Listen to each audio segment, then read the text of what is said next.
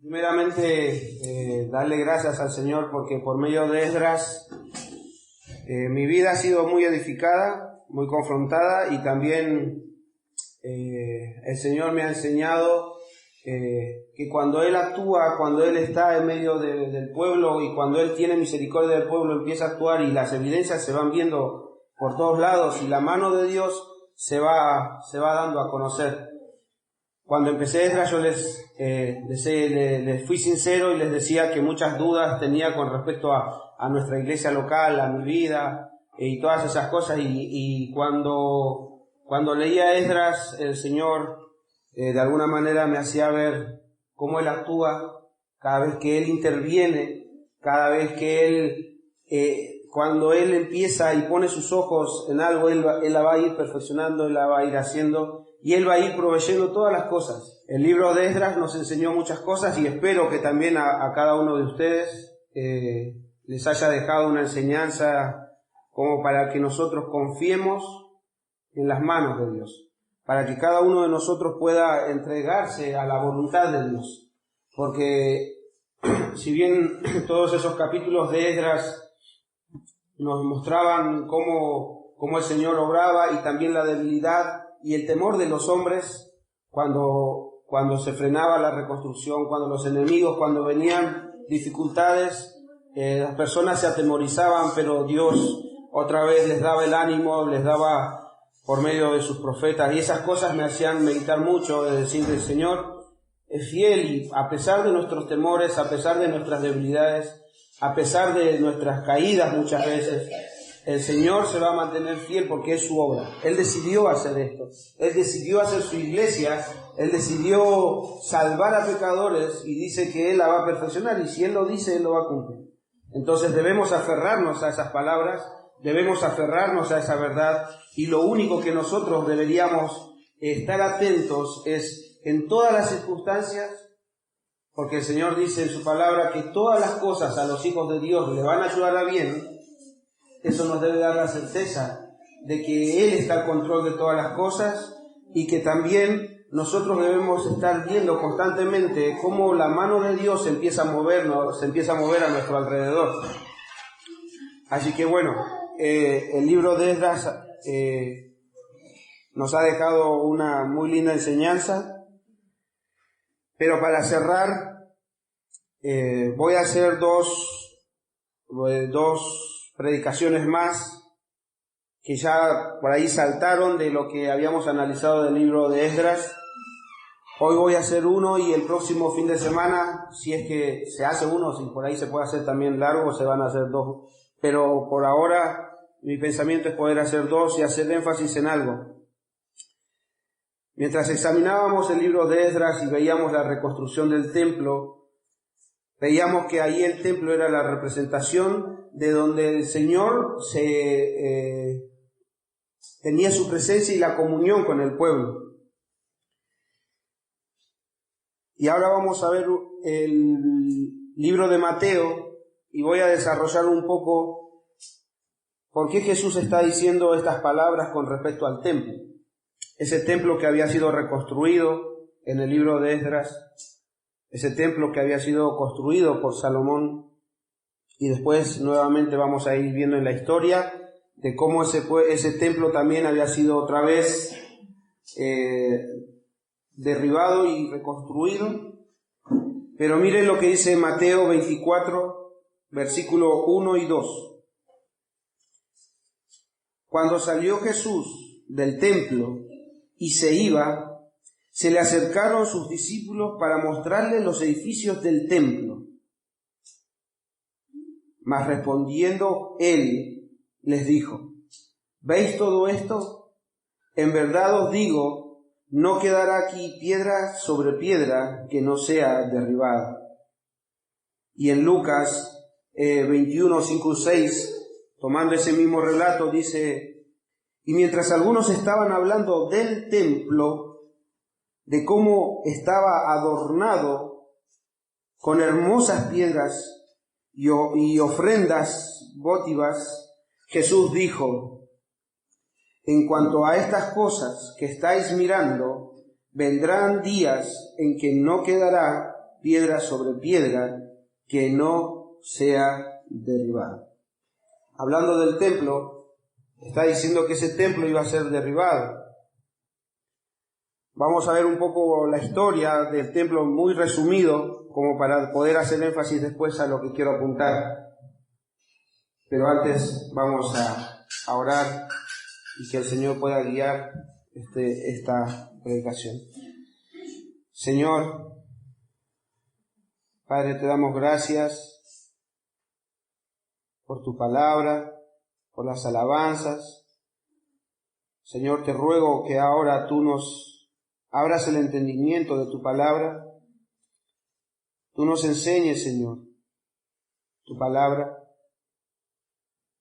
no para ser más conocedores de ella, sino para que nuestras vidas puedan ser transformadas, para que nosotros podamos tener un mejor entendimiento de lo que Cristo hizo, de lo que Cristo apunta, Señor. Lo que tu palabra apuntó en el Antiguo Testamento, todo fue una sombra, un reflejo de lo que había de venir. Y en el relato vemos a Jesús hablando del templo que se había edificado en el Antiguo Testamento, y que ese templo en la cual tú habitabas, Señor, iba a ser destruido. Padre, enséñanos, Padre, cuál es el valor de tu palabra, cuál es el valor de tu presencia, Señor, en un lugar. Padre, te ruego, Señor, que tú abras mi boca, Señor, para ser fiel a tu palabra, Señor. Ayúdame a no buscar la aprobación de las personas, sino tu aprobación, Señor. Ayúdame a ser fiel a ti, Señor, y no agradar a las personas. Porque todo el tiempo podemos ser tentados, y puedo ser tentado, Señor, a querer agradar a las personas. Pero sosténme en tu gracia, quítame de esa tentación, quítame de esa debilidad, y que pueda, Señor, serte fiel a ti, Señor. Te necesito, Señor. Ayúdame, Señor, a compartirles tu palabra a mis hermanos, Señor, y que juntos podamos ser edificados, Señor, en la persona de Cristo, Señor.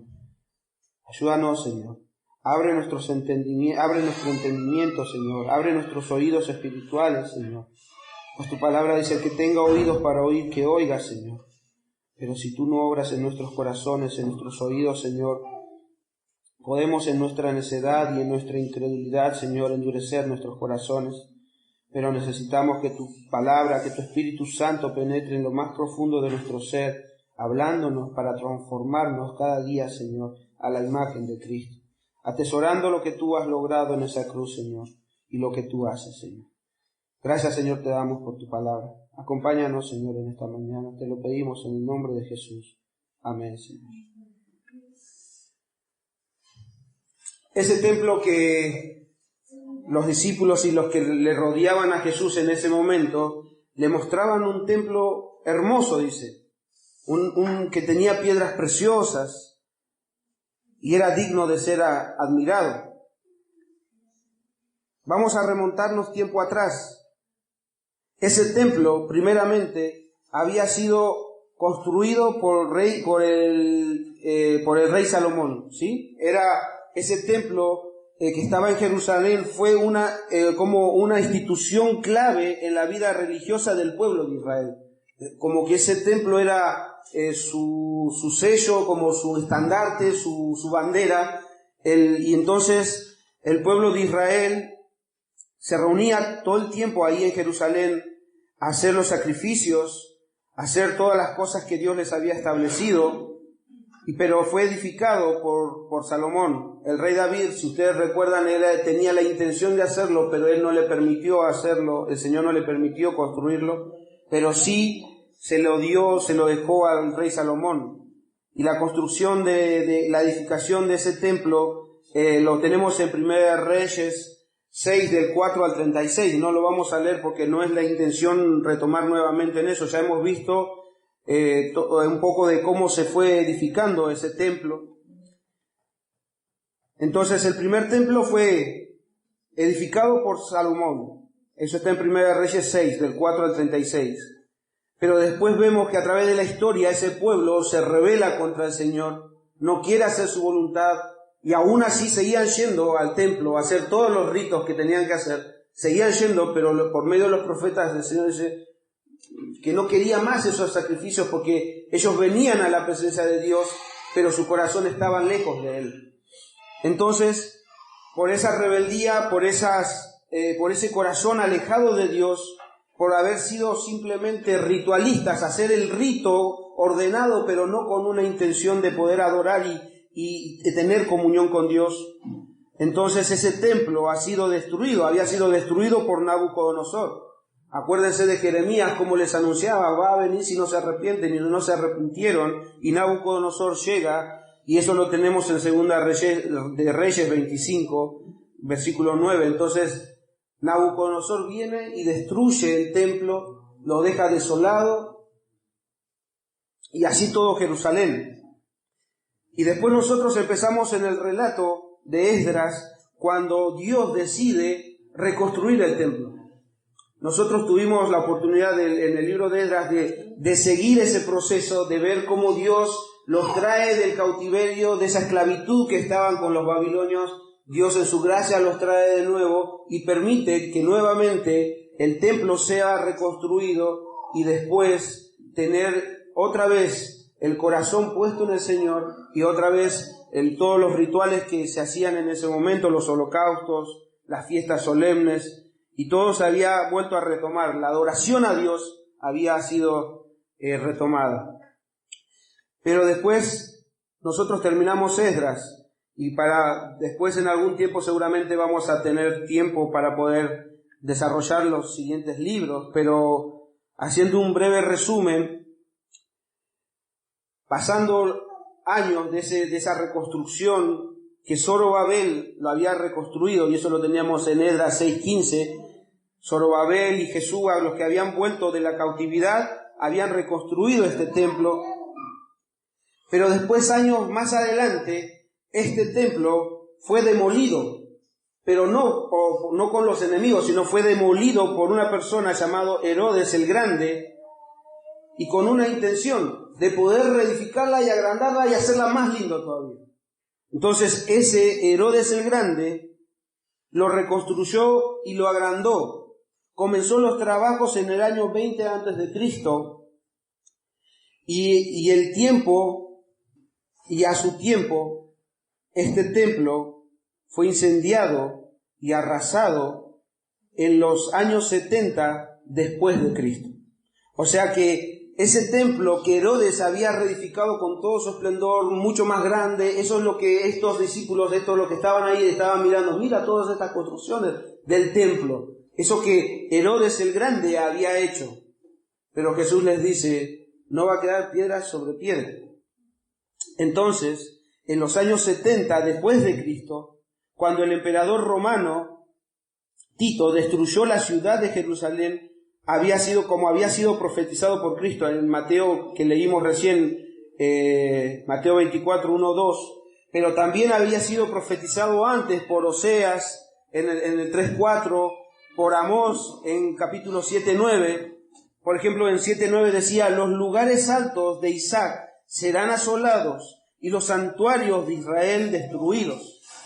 También otras profecías en Malaquías 1:10, en Daniel 8:11, 9:27 y 11:31, haciendo referencia a que ese templo que hacía referencia a la presencia de Dios y a la comunión con Dios y el pueblo iba a ser desolado, iba a ser destruido, y en los años 70 después de Cristo ese templo es destruido. Y quedan solamente las ruinas hoy por hoy. Hoy podemos contemplar solamente el muro de los lamentos, de lo que quedó de todo lo que ese templo había sido en su esplendor. Entonces, ¿qué nos quiere decir esto? ¿Por qué el templo que había sido reconstruido para la adoración a Dios iba a ser destruido? ¿Por qué?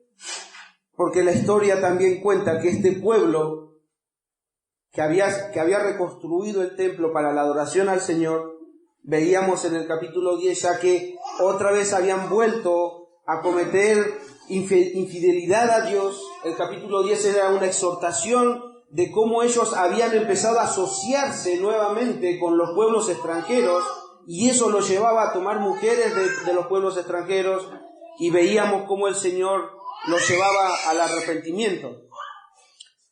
Pero después, si nosotros vemos el último libro del Antiguo Testamento, que es Malaquías, es el último profeta del Antiguo Testamento, y en ese libro nosotros podemos leer, no lo vamos a leer hoy, solamente quiero hacerles un resumen de todo. En ese libro nosotros podemos ver nuevamente que el profeta empieza a exhortar al pueblo, empieza a decirles que otra vez ellos estaban tentando a Dios. Inclusive hay muchas preguntas como retóricas haciéndolas al pueblo. Entonces empezaron otra vez a cuestionar a Dios, empezaban otra vez a alejarse de Dios. Ustedes saben que después del libro de Malaquías hasta la llegada del nuevo profeta Juan, pasaron 400 años de silencio. 400 años que Dios no le habló más al pueblo. Entonces, ¿qué es lo que estaba pasando con este pueblo? ¿Por qué el templo, si representaba la presencia de Dios y la comunión con el pueblo, iba a ser destruido? Este pueblo, como muchas veces antes, había perdido la visión verdadera de lo que significaba el templo. ¿Por qué? Porque ellos empezaban y se confiaban demasiado porque ellos tenían el templo. Ellos estaban orgullosos porque ellos tenían el templo, como si el templo pudiera hacerles dar algo, sino que la diferencia era que ellos habían perdido de vista que Dios estaba ahí. Entonces ellos empezaron a adorar más y quedar seguros porque tenían el templo, pero no porque tenían a Dios.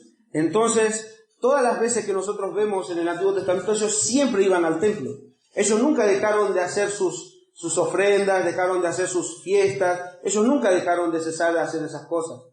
Pero inclusive cuando Jesús iba al templo, ellos estaban todavía haciendo las fiestas de los tabernáculos, todas las fiestas que tenía instituido este pueblo.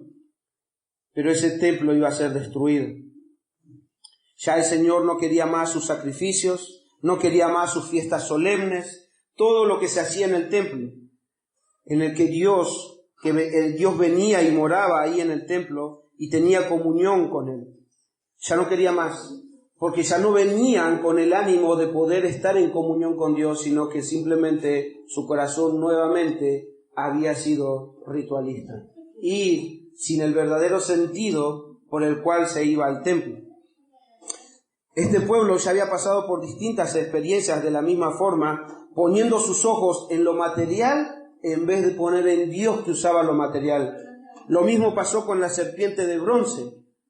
El pueblo tenía enfermedad, habían serpientes que los mordían y morían. Entonces Moisés, si recuerdan el contexto, el Señor le dice, levanta una serpiente de bronce, y cada vez que ellos vean la serpiente iban a ser sanados y salvados de la muerte.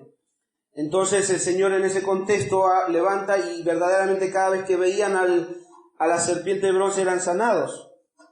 Pero su corazón empezó a confiar más en la serpiente que en Dios, que usaba ese medio para poder salvarlos. Entonces empezaban a adorar y empezaban a quemarle, a poner incienso a esa serpiente y ya no a Dios. Por eso nosotros vemos que en Segunda de Reyes 18:4 dice que este rey que estaba en ese momento, dice así con respecto al pueblo, que este rey quitó, en Segunda de Reyes 18:4 dice, quitó los pequeños templos de las colinas en donde la gente adoraba a los dioses y destruyó todas las imágenes de Astarte. También hizo pedazos la serpiente de bronce que había hecho Moisés, porque los israelitas la trataban como a un dios. Pues le quemaban incienso y le llamaban Neustán, cosa de bronce. Ya lo trataban como a Dios. ¿Ves cómo automáticamente se empieza a desviar el corazón de las personas viendo lo material y de repente empiezan a adorar lo que Dios usó solamente por medio de esa situación para que Él sea conocido y no la imagen? Lo mismo pasó con el arca del pacto. El arca del pacto, si nosotros vemos en 1 Samuel 4, es un relato donde el pueblo va a la guerra con los filisteos, y los filisteos le ganaban en números y todo, pero cuando trajeron el arca del pacto al lugar, todos decían, ahora sí los vamos a vencer. Ahora sí los vamos a vencer, pero el Señor, ellos no estaban obedeciendo a Dios porque el contexto estaba cuando Elí era sacerdote del templo, era sacerdote del arca, era el sacerdote del Señor, pero Elí había desviado su corazón, por eso después va a venir Samuel. Elí había hecho lo malo ante los ojos de Dios por no haber guiado a sus hijos en el temor del Señor, y sus hijos profanaban los sacrificios que llevaban el pueblo, abusaban de los sacrificios del pueblo. Entonces, en esa demostración de que Elí iba a ser quitado del sacerdocio y que el pueblo iba a recibir la disciplina, son entregados a los filisteos, pero el pueblo tenía la certeza, no, porque nosotros tenemos el arca del pacto. Ellos confiaban tanto en el arca del pacto, no en el Dios del arca del pacto. Entonces, nosotros podemos ver cómo ellos se lamentaban cuando esa arca es secuestrada o es llevada por los filisteos. En 1 Samuel 4:21 dice que después de que estaba sucediendo todo esto en la guerra, de que los israelitas perdieron en la guerra, había una mujer que tenía luz en ese momento, que estaba sucediendo todas estas cosas, y el anuncio de uno que vino y dijeron, hemos perdido, hemos sido derrotados, y el arca del pacto nos las ha sido robado.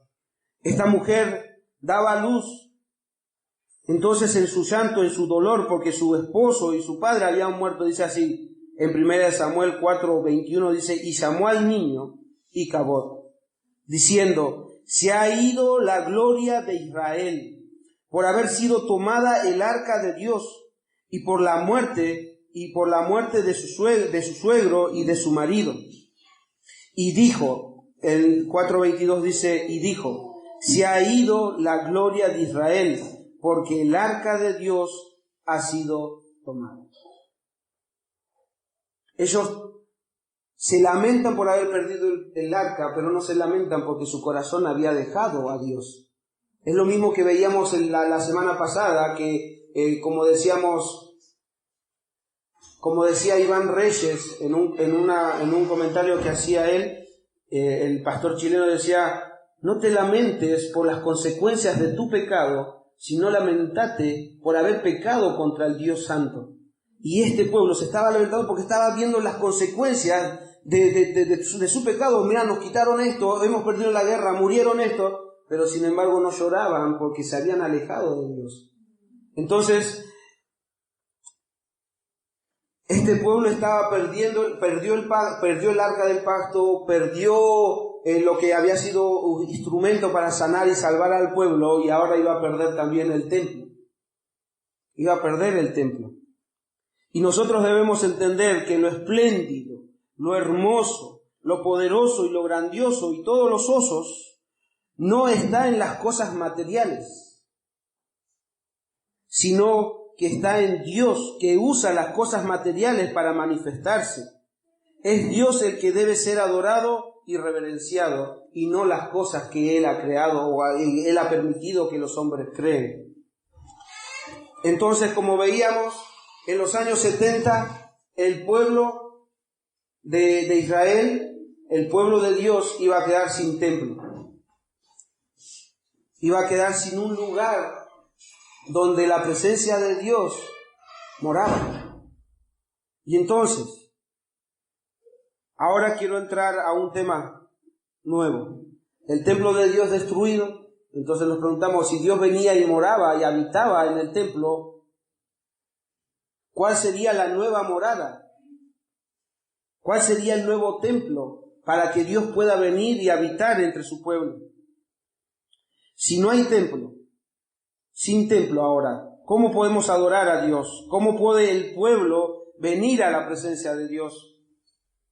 Ahora, ¿dónde está? Debemos preguntarnos, ¿dónde está entonces la morada de Dios? ¿Cómo podemos ahora tener comunión con Dios? Voy a responder esas dos preguntas. ¿dónde mora Dios ahora? El templo fue destruido en los años 70 después de Cristo. Jesús lo había profetizado, no va a quedar piedra sobre piedra, y así empezamos el relato de Mateo 24. No iba a quedar piedra sobre piedra. Entonces, ¿dónde mora entonces Dios ahora? En Isaías 66:1 dice así, y también él pregunta, así dice el Señor, el cielo es mi trono y la tierra el estrado de mis pies. ¿Dónde pues estará la casa que podrías edificarme? ¿Dónde está el lugar de mi reposo? ¿Dónde? ¿Dónde puede el Señor habitar si Él es dueño de todas las cosas? En Hechos 7:48 también relata el mismo asunto. Dice, sin embargo, el Altísimo no habita en casa hechas por manos de hombres, como dice el profeta, el cielo es mi trono y la tierra el estrado de mis pies. ¿Qué casa me edificaréis? Dice el Señor. ¿O cuál es el lugar de mi reposo? ¿No fue mi mano la que hizo todas estas cosas?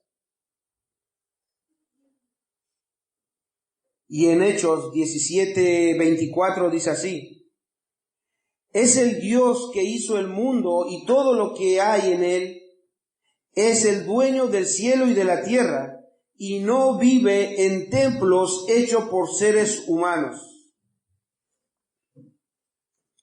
Entonces, pero nosotros veíamos que sí habitaba, venía a ese templo, pero ahora el Señor está diciendo, no, Él no habita más en templos hechos por manos de hombres.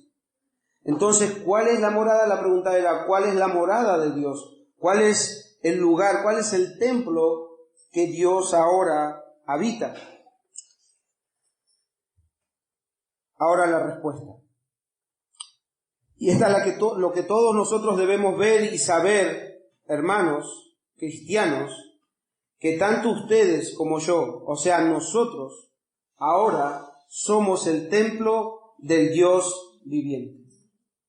Él ya no habita más en lugares hechos por hombres, sino que ahora Él viene a morar, su nueva habitación, su nuevo templo, su nueva morada son las personas. Como Dios ha dicho, yo moraré en ellos y caminaré en ellos y seré su Dios y ellos serán mi pueblo. En 1 Corintios 3, ahora sí voy a pedirles que vayan a esos relatos, vamos a leerlos. En 1 Corintios 3, vamos a leer versículos 16 y 17. Dice así el capítulo 3, versículo 16 y 17. ¿No sabéis que sois templo de Dios? Es el apóstol Pablo hablándole a los corintios, a los cristianos que vivían en Corinto, y les dice, ¿acaso no sabéis que sois templo de Dios y que el Espíritu de Dios habita en vosotros? Y sigue diciendo, y si alguno destruye el templo de Dios, Dios lo destruirá a él, porque el templo de Dios es santo, y eso es lo que vosotros sois. Vosotros sois el templo de Dios, y que el Espíritu de Dios habita en vosotros. Ahora, Él tiene un nuevo templo, y eso es cada uno de los cristianos. 1 Corintios 6, 19-20, siempre hablando Pablo a los corintios, haciéndoles exhortación de que ahora ellos debían dejar de vivir de la manera que vivían, que sus cuerpos, que antes eran llevados a la inmundicia del mundo, y ahora que ellos debían entender algo, que el cuerpo que tenían ahora ya no podía seguir en la vida que ellos llevaban, manchando o contaminando el cuerpo que tenían ellos, porque ahora ellos, los que habían creído en Cristo, eran el templo de Dios. La morada de Dios estaba en ellos. En 1 Corintios 19:20 dice así, ¿o no sabéis que vuestro cuerpo es templo del Espíritu Santo, que está en vosotros y que el cual tenéis de Dios, y que no sois vuestros, que ya no sois vuestros, dice ahí, pues por precio habéis sido comprados, por tanto glorificad a Dios en vuestro cuerpo y en vuestro espíritu, los cuales son de Dios.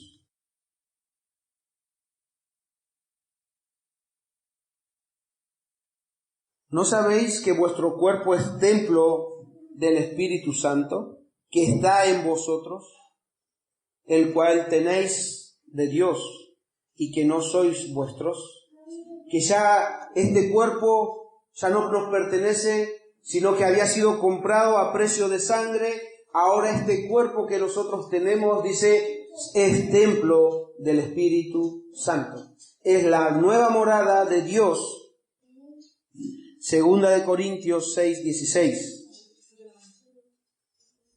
El contexto está hablando de los acuerdos, de las sociedades que nosotros podemos hacer con la gente incrédula, de las relaciones que nosotros podemos tener con las personas que no creen en Dios, que no creen en el Señor, y que sus vidas están entregadas al diablo, a Satanás y a sus concupiscencias. Entonces, en ese contexto, Pablo les va a decir esto, que ellos no debían estar acordando o haciendo sociedades con las personas que no conocen a Dios.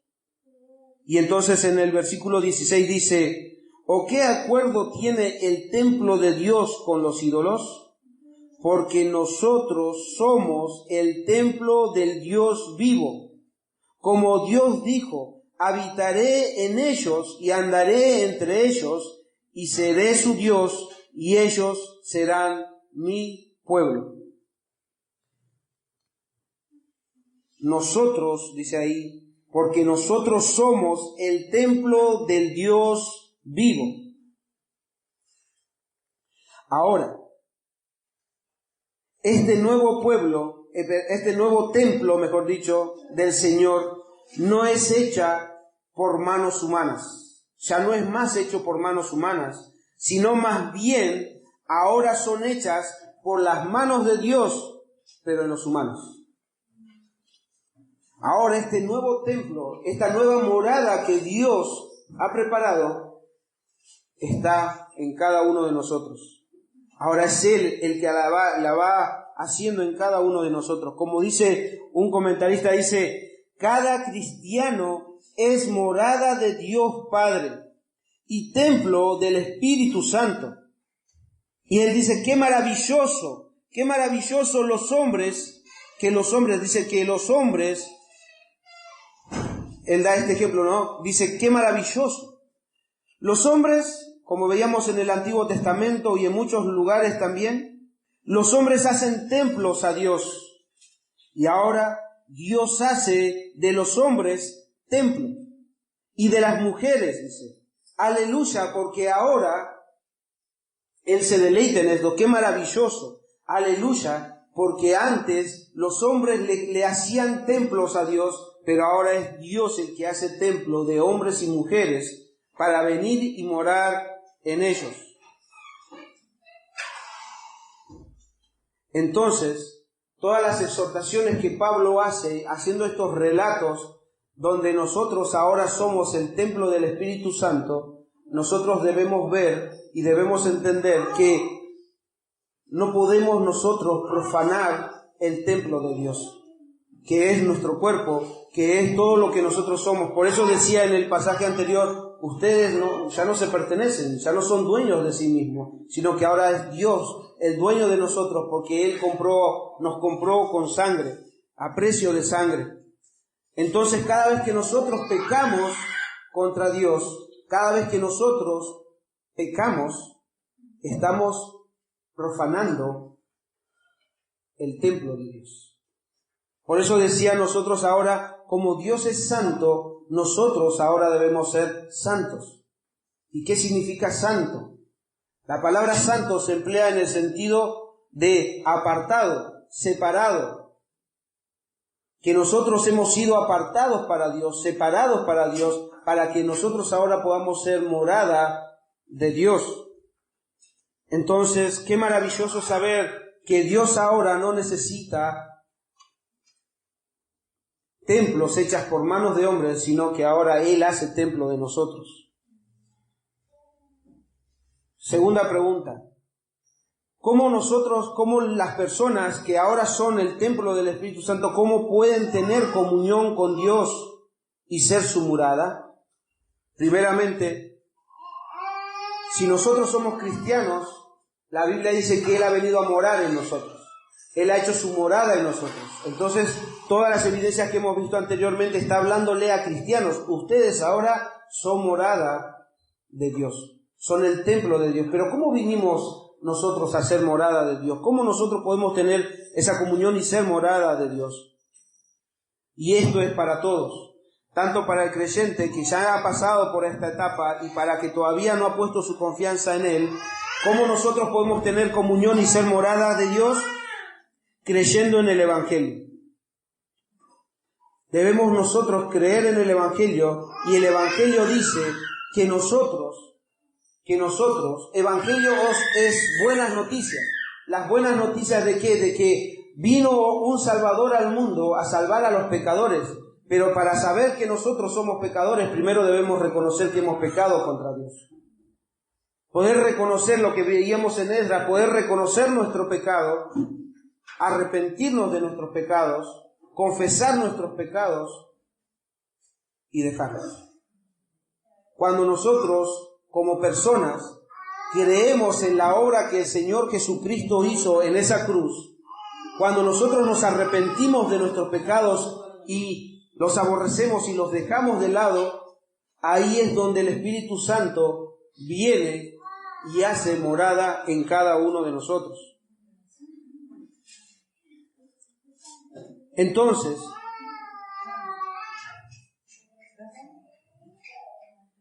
cada vez que un ser humano, cada vez que un hombre o una mujer se arrepiente de su pecado y pone su confianza en Cristo, es sellado por el Espíritu Santo. Por eso Pablo le dice a Timoteo, escribiendo esta carta, le dice: palabra fiel y digna de ser aceptada por todos. ¿Cuál es esa palabra? Que Cristo Jesús vino al mundo para salvar a los pecadores, entre los cuales yo soy el primero, decía Pablo. Le escribía a Timoteo. Palabra fiel y digna de ser aceptada por todos. ¿Por qué debemos aceptar esa palabra digna de que Cristo vino al mundo para salvar a los pecadores? Porque es la única forma de que nosotros podamos salvarnos y la única forma de que Dios pueda venir y habitar entre nosotros y en nosotros. De otra forma, no estamos con Dios. No podemos nosotros ser morada de Dios, porque Dios no va a morar donde simplemente haya personas que se deleiten en el pecado. Por eso las exhortaciones a los cristianos. Palabra fiel y digna es esta, que Cristo Jesús, de ser aceptada por todos. Y yo les pregunto, tanto a los niños como a los jóvenes, si me pueden ver ahora, por favor. Pablo le dice a Timoteo, palabra fiel y digna de ser aceptada por todos es esta, que Cristo vino al mundo para morir por los pecadores, y Él se pone en primer lugar, de los cuales yo soy el primero. Ahora yo les pregunto, ¿alguno de ustedes, niños y niñas, alguno de ustedes tiene pecado? ¿Sí? ¿Sí? ¿Los grandes? ¿Sí? No. Más en cantidad. Pablo le está diciendo a Timoteo, palabra fiel y digna de ser recibida por todos es esta. Cristo Jesús vino al mundo a salvar a los que tienen pecado. ¿Quiénes tienen pecado? Todos, ¿no? Todos tenemos pecado. Y ahora yo les pregunto, si Pablo está diciendo es digno de ser recibido por todos, Cristo Jesús vino al mundo para salvarnos por nuestros pecados, ¿por qué? ¿Por qué todavía no podemos entregar nuestras vidas a Cristo? Si Cristo vino a salvar a los pecadores. Y ustedes dicen, sí, yo tengo pecado. Y entonces, ¿qué te impide si vos tenés? Es como decir, necesito a alguien que va a ser ganador de 1 millón de pesos, pero tiene que tener algo puesto, una cosa roja en su cuerpo. Y el que tiene, yo voy a ir y yo quiero el premio, porque yo tengo algo rojo en qué sé yo, una vestimenta, por ejemplo, algo negro. Aquí todos tienen algo negro, ¿no? Sí, la mayoría tiene. Yo le doy un premio al que tenga algo negro y va a ser ganador de eso. Pero tienen que venir acá. ¿Ustedes vendrían para ganarse ese premio? Porque es algo, mirá, es un regalo grande, es algo precioso que les voy a regalar, pero necesitan tener algo negro ustedes. Todos tienen algo negro y salen corriendo a recibir ese regalo. ¿Por qué? Porque cuentan con lo que necesitan, lo que está pidiendo Él. Ahora dice acá, Él vino a salvar a los pecadores. ¿Ustedes cuentan con eso? ¿Ustedes tienen pecado? Él les quiere dar premio. Él quiere darles vida eterna. Él quiere darles comunión con Dios. Él quiere darles lo más precioso, lo más preciado que pueden tener en esta vida. Y examinen sus corazones, jóvenes, niños, si van a venir a Cristo corriendo y decir, yo tengo mis pecados. Yo tengo mis pecados. Me arrepiento de mis pecados. Y dice que nosotros debemos recibir, aceptar esta palabra, que Cristo Jesús vino al mundo para salvar a los pecadores. La única forma de que el ser humano puede salvarse es creyendo en el Evangelio, es creyendo en esta palabra fiel que Cristo vino a morir por nosotros los pecadores. Y como ya les he dicho, ustedes tienen pecado, así como nosotros, como yo tengo pecado. Pero yo les digo que todo aquel que ha creído en Cristo, aquel que ha ido corriendo a Cristo, es como aquel hombre que compró un terreno, fue a su casa y vendió todo lo que tenía y fue y compró ese terreno, porque había encontrado algo precioso, algo más preciado de todo lo que tenía antes.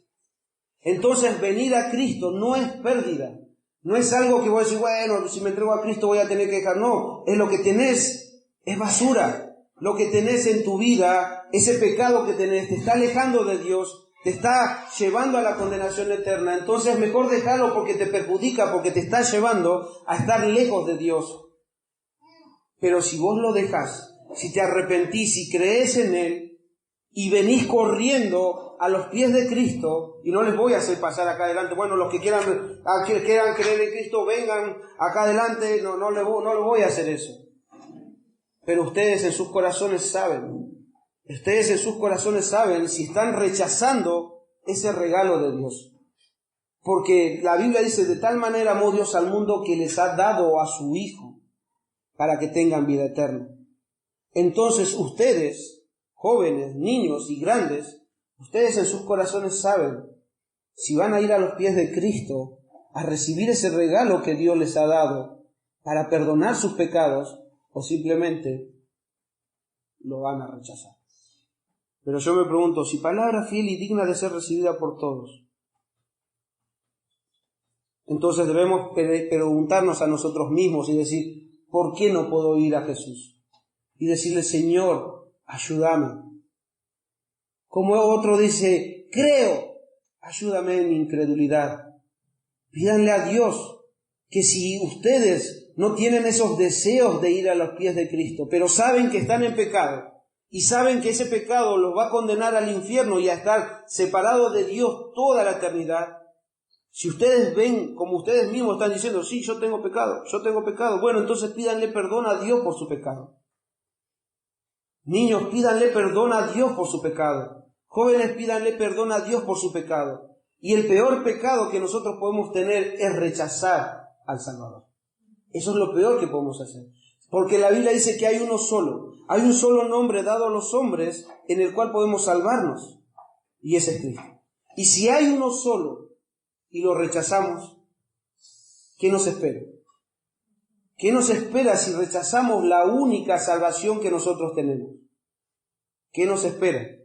Entonces, evalúen sus corazones, porque el Señor quiere hacerles partícipes de su reino. Él dice, no se complace en que los impíos, en lo que los pecadores se pierdan. Él no se complace en que ustedes se pierdan y se vayan al infierno y vivan sin Dios. Él quiere, dice Él quiere que la gente proceda al arrepentimiento. ¿Por qué? Porque Él quiere venir a tener comunión con nosotros. Esa comunión que se rompió por el pecado. Él quiere venir a morar en ustedes. Él quiere que tengan comunión con Él y sean uno con Él.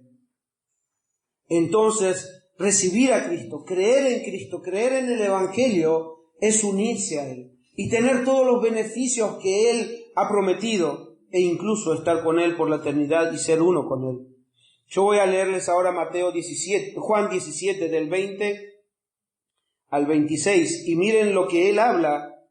Primero Él estaba orando por los discípulos, por los que estaban ahí con Él, pero también empezó a orar por todos aquellos que iban a creer por la palabra de los apóstoles.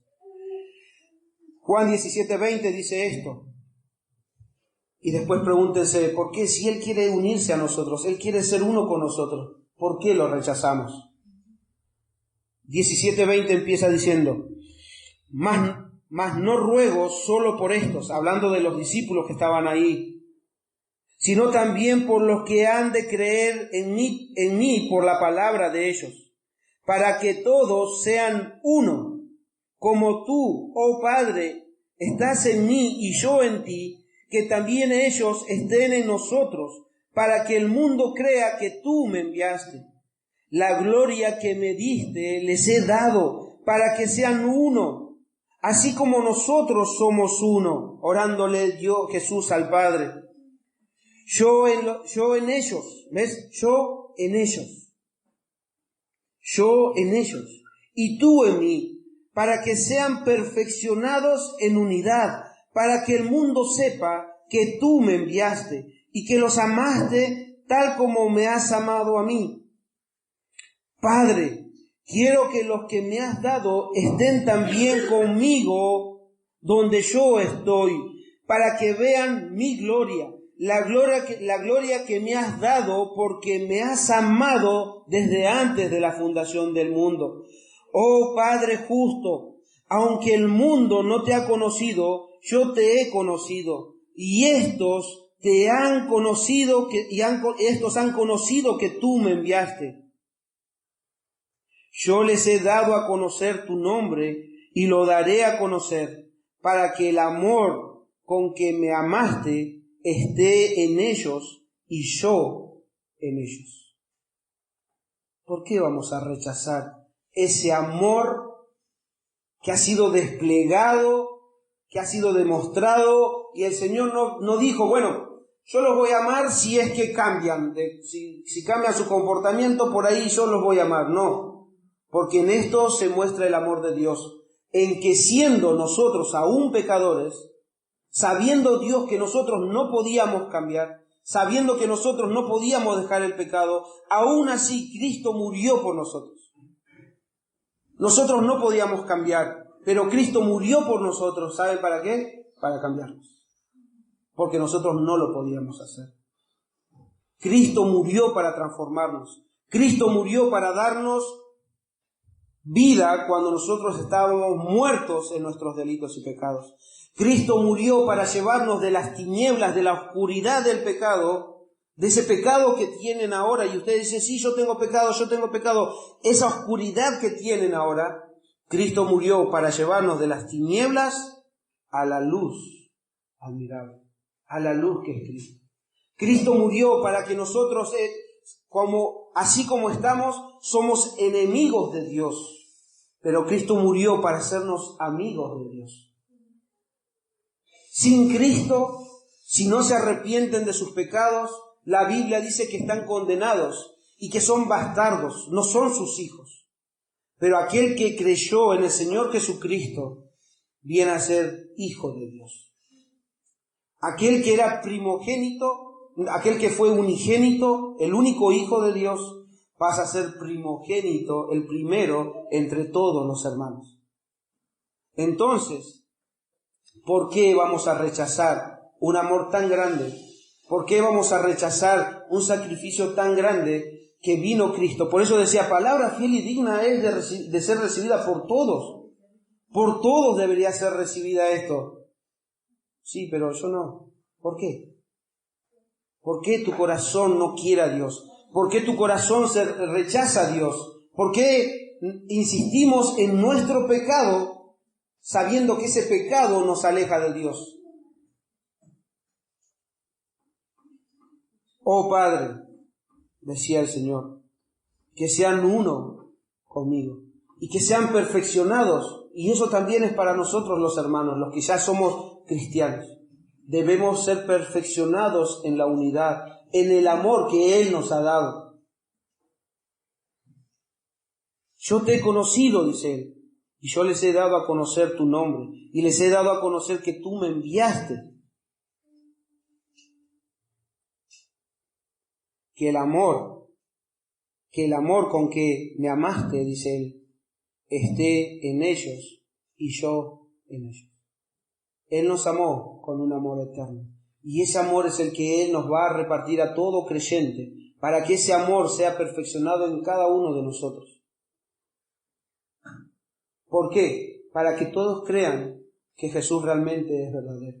Para que todos crean que realmente Jesús fue enviado por el Padre para rescatarnos a cada uno de nosotros. Entonces, todos aquellos que creyeron en Cristo, todos nosotros como iglesia, somos morada de Dios. Cada uno particularmente, pero también la Biblia nos enseña que cuando nos reunimos como iglesia, el Señor está entre nosotros y Él también viene a habitar en ese momento de una forma especial cuando el pueblo congregado está. En Mateo 18:20 dice, porque donde están 2 o 3, si bien el contexto está hablando en cuanto a la disciplina del Señor, pero dice que cuando 2 o 3 se reúnen en mi nombre, en el nombre de Cristo, allí estoy yo en medio de ellos. En medio de ellos. ¿Por qué? Porque Él está en cada uno de nosotros. Y si está en cada uno de nosotros, Él está con nosotros. ¿Cuánto nos cuesta a nosotros creer ya como cristianos que cuando venimos y nos reunimos acá, Él está con nosotros? Él está acá. Entonces, muchas veces también, si los incrédulos rechazan al Señor, ¿por qué lo rechazan? Y nos podemos preguntar, ¿por qué rechazan algo tan maravilloso? ¿Y por qué nosotros no podemos creer algo tan maravilloso, tan glorioso, que Cristo está entre nosotros y en nosotros? Eso es mucho más glorioso que haber ido a un templo y ver físicamente algo y sabían que Dios estaba ahí. Ahora Él viene a morar en nosotros, Él está en nosotros, y eso debe llenarnos de gozo, de alegría, de saber que Dios en su misericordia nos hizo partícipes de su reino. Entonces, cada vez que nosotros nos reunimos como pueblo, como iglesia, Dios está ahí. Pablo le escribe a Timoteo de la misma forma, y esto va a dar pie al próximo sermón del próximo domingo. Y lo voy a dejar como para decir nuevamente, no se pierdan el próximo domingo que esta historia continúa. Primera de Timoteo 3, 14 y 15 dice así: te escribo estas cosas, Pablo a Timoteo, te escribo estas cosas esperando ir a ti pronto. Pero en caso que me tarde, te escribo para que sepas cómo debe conducirse uno en la casa de Dios, que es la iglesia del Dios vivo. ¿Cómo? Al final, ¿somos morada nosotros o la iglesia? No, nosotros somos morada, pero la iglesia es cuando todos nosotros nos reunimos. La iglesia congregada dice cómo cada uno debe conducirse en la casa de Dios, que es la iglesia del Dios vivo, columna y sostén y baluarte de la verdad. La iglesia de Dios, que es la casa de Dios, que es la morada de Dios, dice que es columna y baluarte de la verdad. Y eso es lo que vamos a aprender el próximo domingo, a qué se refiere con la iglesia siendo como columna y baluarte de la verdad.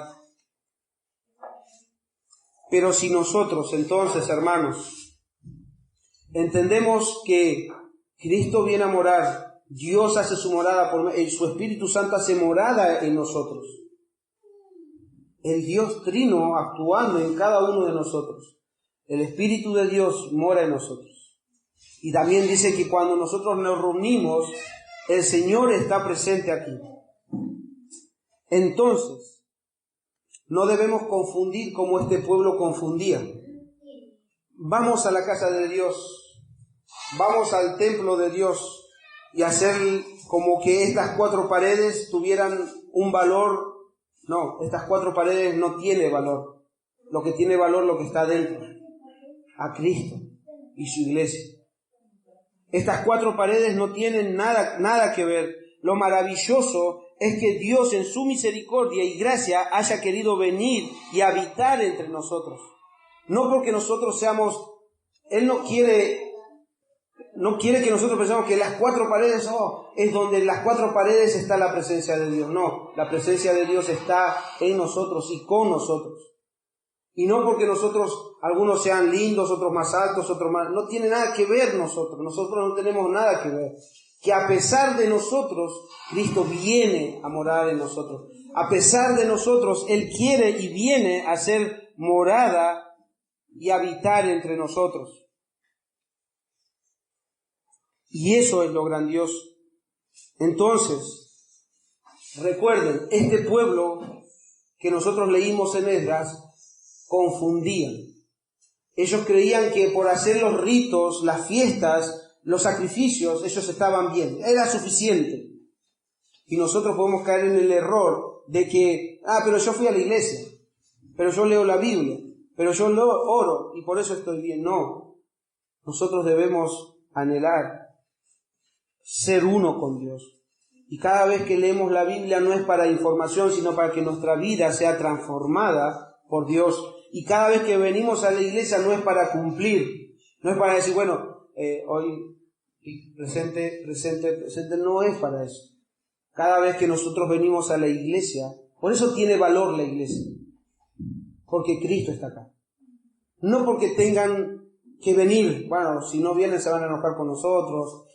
¿Por qué dice el Señor no dejando de congregarse como algunos tienen por costumbre? Pero el relato es, si ustedes siguen leyendo antes y después, no es simplemente el venir y congregarse, dar la asistencia, estuve acá, sino que en la comunión, para la exhortación, para animarnos, para estimularnos al amor y a las buenas obras, y para que todas esas cosas vayan siendo de gran valor.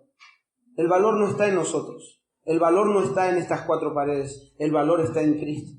Y cada vez que nosotros venimos acá, venimos a la presencia de Cristo. Venimos a la comunión con Cristo. ¿Por qué comunión con Cristo? Porque Él es la cabeza y nosotros somos miembros de su cuerpo. Y cada vez que nos reunimos, Él es glorificado. Porque cada vez que dice, cuando ellos los vean, crean que tú me enviaste. En otros relatos también dice que cada vez que vean las obras de los cristianos, glorificarán al Padre. No se trata de nosotros, se trata de Dios. No se trata de que nosotros venimos para estar bien acá, aunque recibimos esos beneficios. Venimos acá, por ahí estuvimos una semana turbada, pero venimos a la iglesia a darle gloria a Dios, en acción de gracias, y aún, a pesar de lo que nosotros hemos estado en la semana, todavía recibimos consuelo de Dios, recibimos nuevamente estímulo de Dios, recibimos nuevamente una renovación de fuerzas para seguir caminando, y Él nos sigue dando, y Él nos sigue dando, y Él nos sigue dando y perfeccionando a pesar de nosotros. A pesar de nosotros. Entonces, nosotros debemos tener la certeza, hermanos, que cada vez que nos reunimos, el Señor está con nosotros. Él está con nosotros y Él en nosotros. Y también en este lugar debemos creer, porque Él dice así, que como decía en Timoteo, es la casa de Dios. Él es el que hace la diferencia, no un edificio, no lo externo, no una persona, sino la obra de Dios en las personas. Esa es la diferencia. Entonces, si nosotros entendemos todo esto como hijos y como creyentes, nosotros, sabiendo que Él está entre nosotros, sabiendo lo que Él ha hecho, yo les ruego a los incrédulos, a los que todavía no pusieron su confianza en Cristo, arrepiéntanse de sus pecados. Arrepiéntanse de sus pecados y pongan su confianza en Cristo, porque si siguen viviendo de esa manera se van a perder. Cada vez todavía su corazón va a seguir endureciéndose cada vez más y cada vez más y cada vez más. Pero si ahora escuchan la voz de Dios, no endurezcan su corazón. Arrepiéntanse de los pecados que han cometido. Y el peor pecado, como les dije, es haber rechazado a Cristo y estar rechazando a Cristo. No rechacen al único que puede salvarlos. Iglesia, si nosotros entendemos que Cristo está entre nosotros y Cristo está en nosotros, honremos su nombre, glorifiquemos su nombre. Y cada vez que pecamos, la Biblia dice que tenemos abogado en el cielo, y que si nosotros confesamos nuestros pecados, si nosotros confesamos que también nosotros posiblemente perdamos de vista que en la iglesia nosotros venimos a la presencia de Dios y no tenemos esa certeza de que estamos en la presencia de Dios, y nuestros corazones y nuestras mentes, como este pueblo, iba al templo, pero su corazón estaba lejos. Nosotros podemos venir a la iglesia de la misma forma que este pueblo hacía, pero nuestra mente, nuestro corazón están en nuestros problemas, en resolver aquello, en las situaciones que vivimos, y no honramos a Dios. Somos templo de Él. Él vino a morar en nosotros, ya no nos pertenecemos. Entonces, si nos encontramos en esa circunstancia, de la misma forma debemos arrepentirnos de nuestros pecados y poner nuevamente en perspectiva nuestra vida, nuestra comunión con Dios, porque Él quiere la comunión con nosotros. Y que esa comunión no sea estorbada, sino que más bien sea perfeccionada, y que cada uno de nosotros, según el don que ha sido dada por el Espíritu Santo, edifique la iglesia. Según lo que cada uno ha recibido, ese don, esa gracia que el Señor les ha dado, dice, edifique la iglesia. Que los hermanos se den los unos a los otros. Oremos los unos a los otros. Pongamos nuestra mirada en lo que el Señor ve. Y cuando nos desviamos, ya sea por cualquier cosa, el Señor no acepta excusas. No acepta excusas. Él dice, no, sí, ¿por qué? ¿Por qué te afanas por tantas cosas? Como a Marta le decía, Marta, afanada estás por muchas cosas, pero María escogió lo mejor. ¿Qué es lo que había estado haciendo María? Estando en los pies de Jesús, escuchando al Maestro, escuchando a su Señor. Pero muchas veces nosotros podemos estar turbados por muchas cosas. Pero ¿están en los pies de Jesús? ¿Están yendo? Solo Dios sabe, y ustedes lo saben. Por eso inclusive en Apocalipsis, Él exhorta a la iglesia. Él exhorta a la iglesia. De todas las iglesias, de las 7 iglesias que el apóstol Juan escribe, a cada una de ellas les encuentra algo. No me acuerdo si 1 o 2 nada más que no les dice algo en contra, pero y lo que más normalmente recordamos es en la iglesia de Éfeso. Yo conozco tus obras, dice el Señor. Yo sé lo que están haciendo. Yo sé que hacen esto y aquello y esto. Como que están haciendo las cosas bien. Como que están yendo por buen camino. Pero hay algo que tengo en contra tuyo. Has dejado tu primer amor. Has dejado tu primer amor. Pero el Señor les dice, arrepiéntanse. Arrepiéntanse de haber dejado su primer amor. Miren, fíjense de dónde han caído. Y vuelvan a hacer las obras primeras. Eso, como decíamos la semana pasada, esas son las evidencias de un verdadero arrepentimiento. Yo puedo decir, sí, Señor, perdón, yo he estado distraída, o he estado esto, he estado así, o he estado distraído, y las cosas, bueno, sí, perdón, Señor. Y vuelvo a hacer lo mismo, y sigo haciendo lo mismo. Entonces, el verdadero arrepentimiento es como dice en Apocalipsis, y como leíamos en Esdras 10, arrepiéntanse de su pecado y vuelvan a la comunión con Dios, y vuelvan a hacer las obras primeras cuando se deleitaban, cuando gozaban de la presencia del Señor. Y crean que Dios está en nosotros y con nosotros. Entonces, si es así, hermanos, si es así, iglesia de la gracia, debemos darle a Él la gloria, la honra y toda la alabanza, porque Él es bueno y para siempre es su misericordia. Él nos exhorta por medio de su palabra, nos corrige, nos anima, nos instruye y muchas veces recibimos disciplina, pero bienvenido sea si viene del Señor. Bienvenido sea, porque el Señor disciplina y corrige a aquellos que ama y a aquellos que toma por hijos. No perdamos de vista al Señor. Entonces pongamos nuestra mirada en el autor y el consumador de nuestra fe y sigamos esa carrera y sigamos adorando a nuestro Señor, no solamente acá en la iglesia, porque acá es fácil. Cuando salimos de acá, somos iglesia todavía.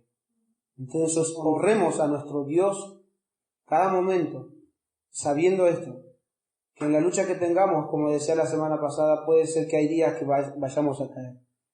Pero el Señor es fiel y justo para perdonar todo pecado y limpiarnos de toda maldad, siempre y cuando nosotros le confesemos nuestros pecados y nos arrepintamos de ellos y nos alejemos de ellos.